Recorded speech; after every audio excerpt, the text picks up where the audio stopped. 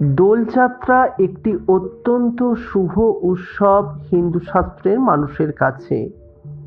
আজ আমি আপনাদের এই ভিডিওতে জানাবো দোলযাত্রার দিন কোন কোন খাবার খাওয়া উচিত নয়, যে খাবারগুলি গ্রহণ করলে জীবনে সমস্যা নেমে আসে, জীবনে বিপদ নেমে আসে।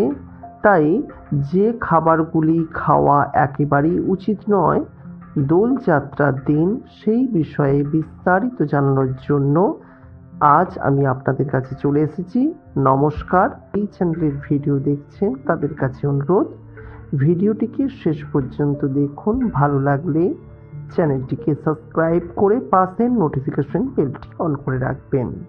প্রিয় বন্ধুরা, আপনারা প্রত্যেকেই জানেন যে ফাল্গুন মাসের পূর্ণিমা তিথিতে দোলযাত্রা অনুষ্ঠিত হয়। তবে 2021 সালে চৈত্র মাসের পূর্ণিমা তিথিতে দোল পূর্ণিমা অনুষ্ঠিত হচ্ছে। আর এই পূর্ণিমা 28শে মার্চ অর্থাৎ আগামী রবিবার অনুষ্ঠিত হবে। এই পূর্ণিমার দিন এমন কিছু খাবার রয়েছে যে খাবারগুলি গ্রহণ করলে শাস্ত্রমতে প্রত্যেকের ক্ষতি হয়ে থাকে, পরিবারের প্রত্যেকের ক্ষতি হয়ে থাকে। তাই অবিলম্বে সেই খাবারগুলি এই পূর্ণিমা দিনের জন্য পরিত্যাগ করুন। নিরামিষ আহার গ্রহণ করতে পারেন বা নির্জলা উপবাসও পালন করতে পারেন। তাই আপনাদের উদ্দেশ্যে জানাচ্ছি, এই 2021 সালে দোলযাত্রা অত্যন্তই ঘনঘটার সঙ্গে পালিত হবে। প্রিয় বন্ধুরা, আপনারা অতি অবশ্যই এই দিন কোনোভাবেই কিন্তু আমার বলা এই খাবারগুলি গ্রহণ করবেন না, যা আমাদের জন্য সমস্যার সৃষ্টি করে। আপনারা প্রত্যেকেই জানেন যে বিভিন্ন আচার অনুষ্ঠান, পূজা পার্বণে উপবাস বিধি রয়েছে। আর এই উপবাস করলে দেবদেবীদের আশীর্বাদ মেলে, কর্মে নতুন করে আবার মনোযোগ আসে।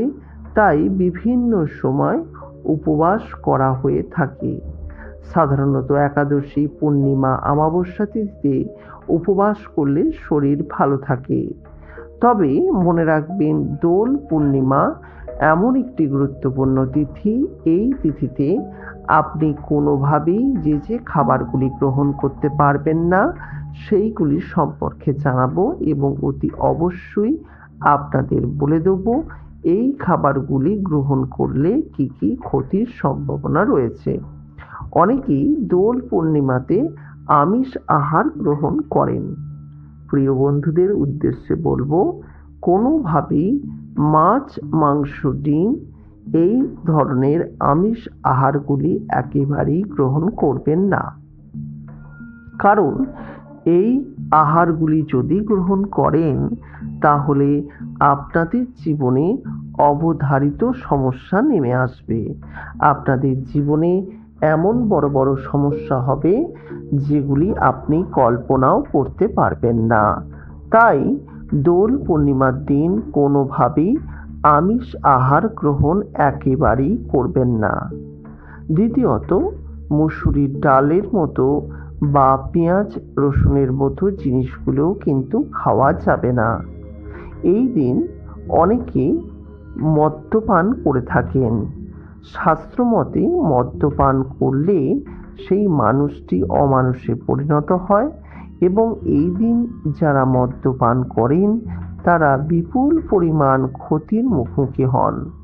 জীবনে এমন কিছু পরিবর্তন রয়েছে যেগুলি যদি আপনি মেনে না চলেন আপনার সমস্যায় পড়তে বাধ্য।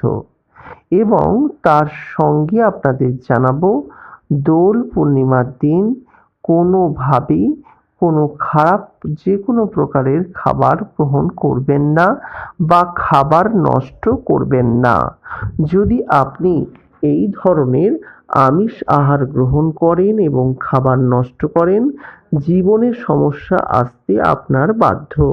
তাই কোনোভাবেই খাবার গ্রহণ করবেন না বা খাবার নষ্ট করবেন না। প্রিয় বন্ধুরা, আশা করি আপনারা দোলযাত্রার দিন নির্জলা উপবাস করবেন। আর যদি সমস্যা হয় তাহলে অন্ততপক্ষে আপনি বেশ কিছুটা পরিমাণ নিরামিষ আহার গ্রহণ করতে পারেন নির্জলা উপবাস না করলে। তবে কোনোভাবেই আমিষ আহার গ্রহণ করবেন না, যা আপনার জীবনকে জ্বলিয়ে পুড়িয়ে ছাই করে দেবে। তাই আজকে এই বিষয়গুলি জানালাম। আশা করি আপনাদের ভালো লেগেছে। যদি ভালো লাগে লাইক করবেন, পারলে শেয়ার এবং সাবস্ক্রাইব করতে একদম ভুলবেন না। আমরা